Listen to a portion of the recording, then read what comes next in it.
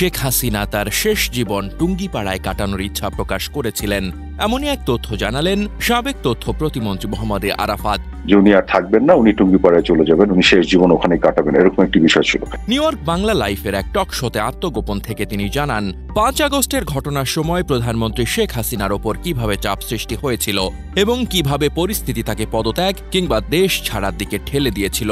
আলোচনায় উঠে আসে 5 আগস্টের ভয়াবহ পরিস্থিতি। মোহাম্মদ আরাফাত বলেন, উত্তরার দিক থেকে একটি উত্তেজিত মব গণভবনের দিকে আসছিল।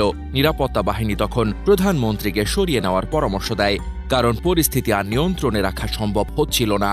মাননীয় প্রধানমন্ত্রীকে বলা হয়েছিল, যদি গণভবন থেকে সরানো না হয় তাহলে এসএসএফ এবং পিজিআর এর সাংবিধানিক নিয়ম অনুযায়ী গুলি চালাতে হবে। শেখ হাসিনা তখন নিজেই বলেছিলেন, আমি টুঙ্গিপাড়ায় চলে যাব, কিন্তু দেশের বাইরে যাব না।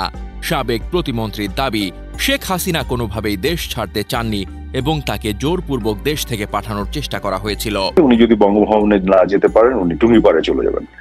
তো ভারতে চলে যাওয়ার আসলে কোনো পরিকল্পনা ছিল না, এটা প্রশ্নও আসে না। কিন্তু তখন আমি যতটুকু জেনেছি, পরবর্তীতে উনাকে অনেকটা ফোর্স করে, অনেকটা জবরদস্তি জোর করে উনাকে হেলিকপ্টারে উঠানো হয়েছিল। কিন্তু উনি কিন্তু শেষ পর্যন্ত উনি টুঙ্গিপাড়ায় চলে যেতে চেয়েছিলেন, দেশ ছাড়তে উনি চান।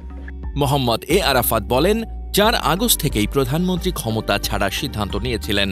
তিনি বলেছিলেন, আমি দেশ চালাতে পারছি না, এত সমস্যা হচ্ছে, ওরা দেশ চালাক, আমি পদত্যাগপত্র লিখে রাষ্ট্রপতির কাছে হস্তান্তর করব। তিনি আরো বলেন, শেখ হাসিনা কখনোই ক্ষমতায় থাকার জন্য গুলি বা হতাহতের পথ বেছে নেননি, বরং তিনি শান্তিপূর্ণভাবে টুঙ্গিপাড়ায় চলে যাওয়ার কথা বারবার বলেছিলেন।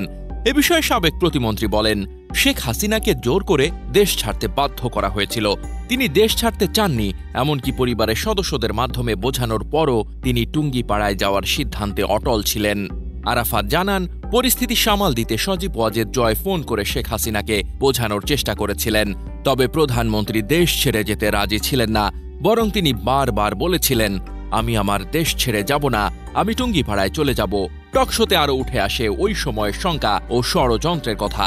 আরাফাত বলেন, শেখ হাসিনাকে হত্যার জন্য জঙ্গি এবং সন্ত্রাসী দলগুলো তৎপর ছিল। সামনের আন্দোলন এবং পেছনের ষড়যন্ত্রের সমন্বয়ে একটি জটিল পরিস্থিতি তৈরি হয়েছিল। মোহাম্মদ আরাফাতের মতে, শেখ হাসিনার দেশপ্রেম এবং আত্মত্যাগের বিষয়গুলো ইতিহাসে স্থান পাবে। সময়ের সঙ্গে সঙ্গে সব ঘটনার প্রকৃত সত্য উন্মোচিত হবে। আসলে আপনাকে হত্যার পরিকল্পনা করছে, সামনে আছে একটা আন্দোলন, আর পিছন দিকে তো বিভিন্ন ধরনের জঙ্গি এবং এসব সন্ত্রাসীদেরকে নিয়ে এক ধরনের ওনাকে হত্যা করার পরিকল্পনা ছিল।